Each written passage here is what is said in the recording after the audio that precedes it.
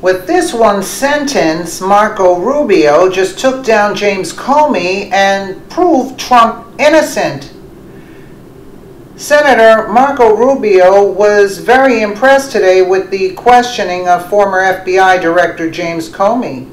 Here is what Marco Rubio had to say to James Comey with only one sentence. Marco Rubio just took down James Comey and his lies about Trump.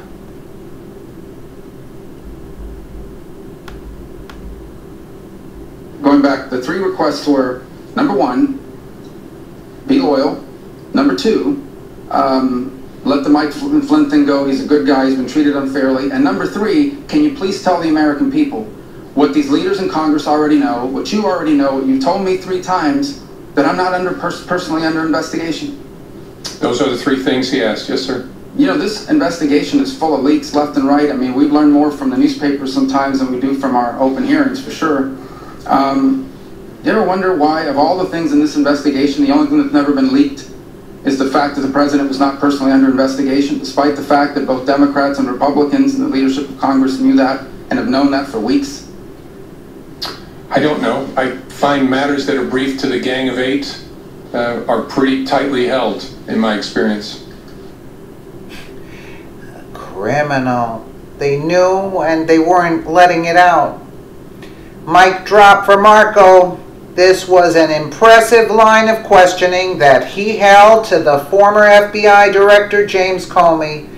James Comey has stirred the press to misrepresent the president.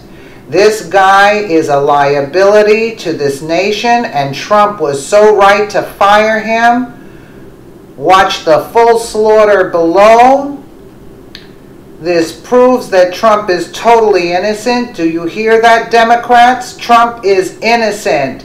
He was never under any investigation, with Comey admitting that he leaked to the press through a friend. The president tweeted on Friday after I got fired that I'd better hope there's no tapes. I woke up in the middle of the night, Monday night, because it didn't dawn on me originally that there might be corroboration for our conversation. There might be a tape, and my judgment was I needed to get that out into the public square, and so I asked a friend of mine to share the content of that memo with a reporter. Didn't do it myself for a variety of reasons, but I asked him to because I thought that might prompt the appointment of a special counsel, a good friend of mine who's a professor at Columbia Law School. James Comey reveals he asked a friend at Columbia Law School to leak details about conversation with POTUS to the press. This is huge what Comey admitted. You can read more on that here. That's it. Of course Trump is innocent. The meeting in the Oval Office where he made the request about Mike Flynn, was that the only time he asked you to hopefully let it go? Yes.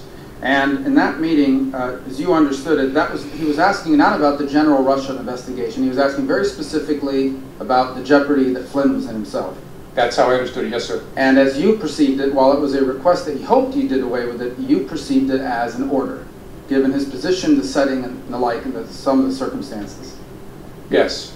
At the time, did you say anything to the president about that is not an appropriate request, or did you tell the White House counsel that is not an appropriate request? Someone needs to go tell the president that he can't do these things? I didn't, no. Okay. Why? I don't know. I think, as I said earlier, I think the circumstances were such that I was a bit stunned and didn't have the presence of mind. And I don't know, I don't want to make you sound like I'm Captain Courageous. I don't know whether even if I had the presence of mind, I would have said to the president, "Sir, that's wrong." I don't know whether I would have. But in the moment, it didn't come to my mind. What came to my mind is, be careful what you say. And so I said, I agree, Flynn is a good guy. So on the cloud, we keep talking about this cloud, you perceive the cloud to be the Russian investigation in general. Yes, sir. But his specific ask was that you would tell the American people what you had already told him, what you had already told the leaders of Congress, both Democrats and Republicans, that he was not personally under investigation. Yes, sir. In fact, he was asking you to do what you have done here today. Correct. Yes, sir. Okay. And again, at that setting, did you say to the president that it would be inappropriate for you to do so, and then talk to the White House counsel or anybody, so hopefully they would talk to him and tell him that he couldn't do this? First time I said, I'll see what we can do. Second time, I explained how it should work, that the White House counsel should contact the Deputy Attorney General.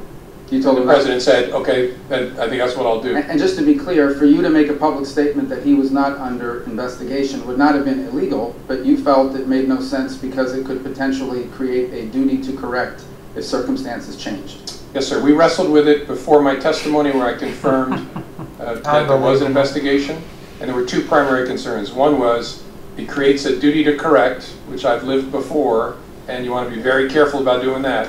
And second, it's a slippery slope, because if we say the president and the vice president aren't under investigation, what's the principled basis for stopping? Okay. And so the leadership at Justice, Acting Attorney General Bente, said you're not going to do that. Now, on March 30th, during the phone call about General Flynn, you said he abruptly shifted and brought up something that you call, quote unquote, the McCabe thing.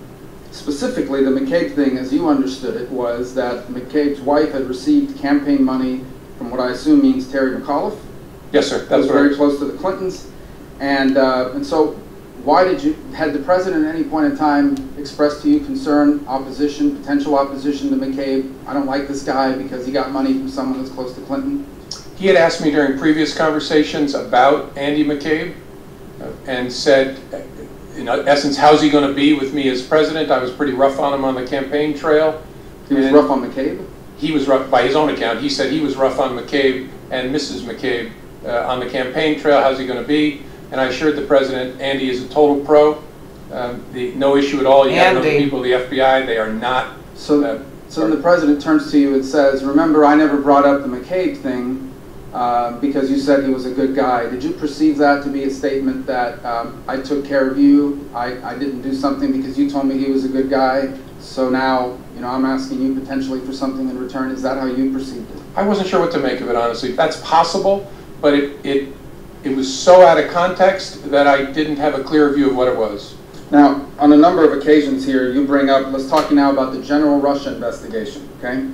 In page 6 of your testimony, you say, the first thing you say is, he asked what we could do to, quote unquote, lift the cloud, the general Russia investigation, and you responded that we were investigating the matter as quickly as we could and that there would be great benefit if we didn't find anything to having done the work well. And he agreed. He re-emphasized the problems it was causing him, but he agreed. So in essence, the president agreed with your statement that it would be great if we could have an investigation, all the facts came out, and we found nothing. So he agreed that that would be ideal, but this cloud is still messing up my ability to do the rest of my agenda. Is that an accurate assessment of? Yes, sir. He actually went farther than that. He said, and if some of my satellites did something wrong, it'd be good to find that out. Well, that's the second part, and that is the satellites. He said, if one of my satellites, I imagine by that he meant some of the other people surrounding his campaign did something wrong, it would be great to know that as well. Yes, sir, that's what he said. So are those the only two instances in which that sort of back and forth happened, where the president was basically saying, and I'm paraphrasing here, it's okay, do the Russia investigation, I hope it all comes out, I have nothing to do with anything Russia. It'd be great if it all came out, that people around me were doing things that were wrong. Yes, as I recorded it accurately there, that was the sentiment he was expressing. Yes, sir. So what it basically comes down to is the president has asked three things of you. He asked for your loyalty, and you said you would be loyally honest. Honestly loyal. Honestly loyal.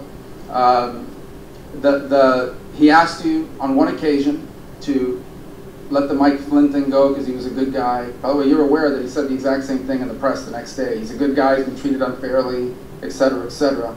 So I imagine your FBI agents read that. I'm sure they did. The president's wishes were known to them, certainly by the next day when he had a press conference with the prime minister. Going back, the three requests were, number one, be loyal. Number two, let the Mike Flynn thing go. He's a good guy. He's been treated unfairly. And number three, can you please tell the American people what these leaders in Congress already know, what you already know, what you told me 3 times, that I'm not personally under investigation? Those are the 3 things he asked. Yes, sir. You know, this investigation is full of leaks left and right. I mean, we've learned more from the newspapers sometimes than we do from our open hearings, for sure. You ever wonder why, of all the things in this investigation, the only thing that's never been leaked is the fact that the president was not personally under investigation, despite the fact that both Democrats and Republicans in the leadership of Congress knew that and have known that for weeks?